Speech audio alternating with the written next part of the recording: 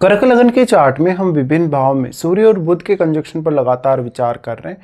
इस वीडियो में अब आपके नवम भाव के लिए चर्चा करने वाले हैं। नवम भाव में अगर ये कंजक्शन बन रहा है आपके चार्ट में तो ये मीन राशि में बनेगा। यहाँ पे जो आपके डिस्पोजिटर हुए वो बृहस्पति हुए और यहाँ बुध क्योंकि नीच की स्थिति में आ गए। और लेकिन आपका अगर सूर्य से बुध अगर अस्त होगा या बुध अगर वक्री हो जाएंगे यहाँ पे, तो फिर बुध का प्रभाव कुछ हद तक अच्छा रह सकता है। उस स्थिति में बृहस्पति की प्लेसमेंट भी आपके चार्ट में काफ़ी अच्छी होना जरूरी है।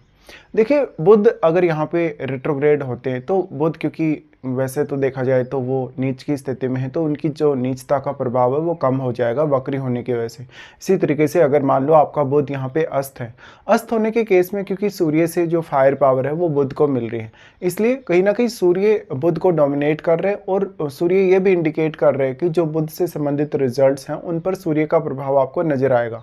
अब यहाँ पे जो सूर्य है क्योंकि वो दूसरे घर के लॉर्ड होकर भाग्य स्थान पे आ रहे हैं, तो ऐसे जातकों का जो भाग्य है वो काफ़ी ज़्यादा साथ देता है। अगर शनि जैसे प्लैनेट का प्रभाव नहीं है नवम भाव पे, तो आपके लिए ये काफ़ी अच्छा कंजक्शन माना जा सकता है। ऐसा कंजक्शन आपको देश विदेश में काफ़ी पॉपुलर बना सकता है। ऐसा जातक अपने धर्म या अपने जो भी विचारधारा है, जो भी आध्यात्मिक विचार हैं, उनके प्रति हमेशा लॉजिकली सोचेगा। साथ ही साथ वो अपने ऊपर बहुत ज़्यादा फोकस्ड रहेगा और जातक अपने एबिलिटीज़ को समझ पाएगा।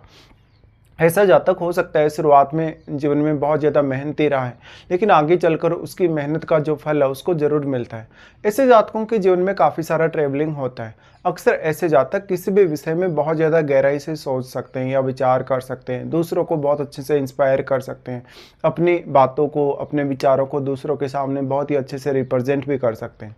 अब जो यहाँ पे नवम भाव है, देखिए यहाँ पे सूर्य कितना ज़्यादा मजबूत स्थिति में है, ये सबसे ज़्यादा आपके लिए इम्पोर्टेंट होने वाला है।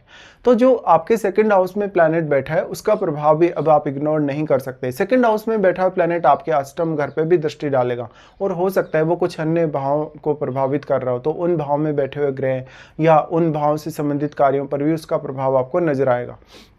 दूसरे घर के लॉर्ड के नवम भाव में आने से जातक को विदेश से भी पैसा आ सकता है। ऐसा जातक अपनी स्टडीज़ वगैरह को लेकर विदेश जा सकता है या इवन वो विदेश में सेटल होने के लिए भी प्लान कर सकता है। अब यहाँ पे जो बुध है, क्योंकि वो 12वें घर के तो लॉर्ड हैं ही आपके चार्ट में, तीसरे घर के भी स्वामी हैं, इसलिए बुध आपको बहुत अच्छा इंटेलिजेंस प्रोवाइड करेंगे। इंटेलिजेंस के साथ साथ कभी कभी आपको थोड़ा कन्फ्यूजन भी रहेगा अगर सूर्य का बहुत ज़्यादा बुध पर प्रभाव ना हो, अगर बुध यहाँ पे वक्री ना हो या अस्त ना हो, तो ऐसे केस में आपको स्वयं थोड़ी ज़्यादा मेहनत करनी पड़ सकती है। आपको स्वयं थोड़ा ज़्यादा विचार करना पड़ सकता है, सोचना पड़ सकता है, या किसी भी विषय के लिए कहीं ना कहीं आपको अपनी जो कैलकुलेटिव पावर है वो काफ़ी अच्छे से इस्तेमाल करनी पड़ सकती है। सूर्य और बुध का ऐसा कंजक्शन है तो जातक को बहुत ज्यादा नैतिकता के पथ पे चलने, उसके लिए सही क्या है, उसके लिए गलत क्या है, वो सही रास्ते पर चलने के लिए प्रेरणा देता है। सूर्य और बुध के इस प्रकार के कंजक्शन की वजह से जातक में बहुत ज़्यादा इंटेलिजेंस आपको नजर आएगा। भले ही कभी कभी बुध नीच का होने की वजह से जातक अपने लिए, खुद के लिए ऐसा इंटेलिजेंस काम में पूरी तरीके से नहीं ले पाता। ऐसे जातकों का जो कम्युनिकेशन स्किल है या उनकी जो वाणी का प्रभाव है वो भी बहुत ज़्यादा स्ट्रॉन्ग रहता है, क्योंकि यहाँ सूर्य जो है वो वाणी स्थान के ही स्वामी होकर आ रहे हैं नवम घर में। ऐसा जो व्यक्ति होगा वो सभी धर्मों का लेकिन आदर करने वाला होगा।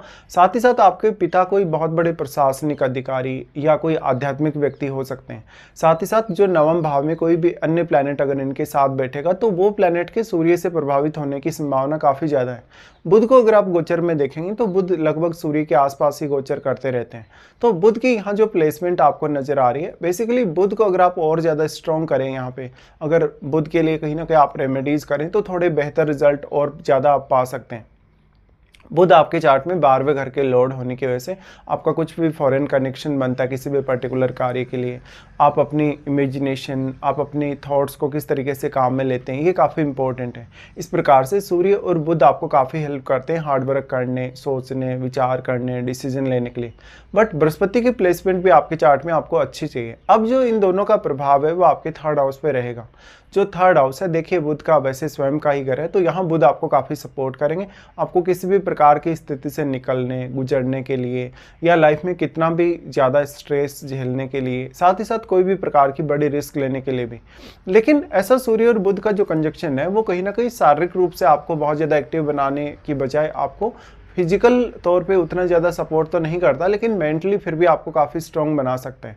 साथ ही अब थर्ड हाउस में बैठे हुए प्लैनेट का जो इंपॉर्टेंस है आप लोगों के लिए वो काफ़ी ज़्यादा बढ़ जाएगा, क्योंकि एक तो वो बुध के घर में बैठा है और बुध की यहाँ से दृष्टि भी पड़ रही है, साथ ही साथ उस प्लैनेट का प्रभाव भी सूर्य और बुध दोनों पर ही रहने वाला है। तो सूर्य का यहाँ पर मेजर जो रोल है वो अब रहने वाला है। इसके साथ साथ कौन कौन से अन्य ऐसे प्लैनेट भी आपके चार्ट में हैं जिनका प्रभाव आपके नवम घर पे है।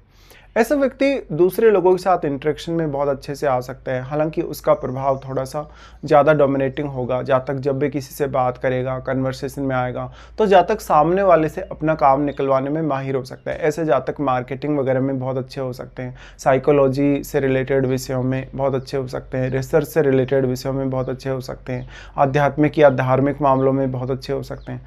ऐसे जातकों को थोड़ा लेट एज में ज़्यादा पॉपुलैरिटी मिल पाता है स्टार्टिंग की तुलना में, और शुरुआत में लेकिन इनकी मेहनत या इनका हार्डवर्क इनके सबसे ज़्यादा काम आता है। तो ऐसे व्यक्ति काफ़ी पढ़े लिखे, एक बहुत ही अच्छे विद्वान व्यक्ति, समझदार व्यक्ति या एक विवेकशील व्यक्ति हो सकते हैं।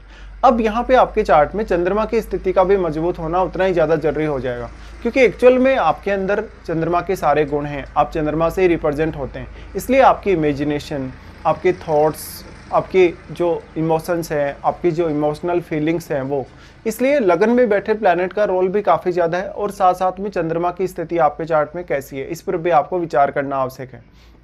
देखिए, सूर्य और बुध का ये वाला कंजक्शन आपको बहुत ज़्यादा जिज्ञासु बनाता है, तो जीवन में हमेशा कुछ ना कुछ नया करने, कुछ बहुत क्रिएटिव करने, कुछ बहुत यूनिक करने की चाहत आपकी हमेशा बनी रहेगी, चाहे आपकी एज कोई भी हो। इस प्रकार का जातक बहुत ही ज़्यादा ज्ञानी और दूसरों को वो बहुत अच्छे एडवाइस दे सकता है। भले ही वो कभी कभी खुद के लिए कंफ्यूज हो जाएगा बुध नीच का होने की वजह से, लेकिन वो दूसरों को बहुत अच्छे से मोटिवेट कर सकता है, इंस्पायर कर सकता है। साथ ही साथ दूसरों के लिए आप हमेशा सपोर्टिव नजर आएंगे। इस प्रकार का जातक कहीं ना कहीं बहुत सारे मल्टीपल स्टेट्स में ट्रेवल कर सकता है, या वो जहाँ भी जाएगा, जिस भी फील्ड में वो काम करेगा, वहाँ पर वो काफ़ी अच्छा परफॉर्म करेगा। ऐसे जातकों को अक्सर धार्मिक या आध्यात्मिक मामलों से जुड़े हुए कार्य काफ़ी सूट करेंगे।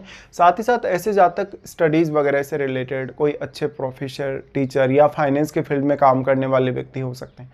ऐसे जातकों का जो सोशल सर्किल है या इनका जो दायरा है वो भी काफ़ी बड़ा होता है। इसलिए जातक हमेशा हर किसी के साथ बहुत अच्छा बिहेव तो नहीं करते, क्योंकि वाणी से बहुत ज़्यादा प्रभावशाली होते हैं, लेकिन हमेशा सबकी नज़रों में ये बने रहेंगे। इस हिसाब से फिर आपको विचार करना होगा वास्तव में कि आपको सूर्य या बुध में से किसी की भी यदि महादशा है, तो महादशा आपकी अगर है तो कौन से एज पीरियड में वो आने वाली है।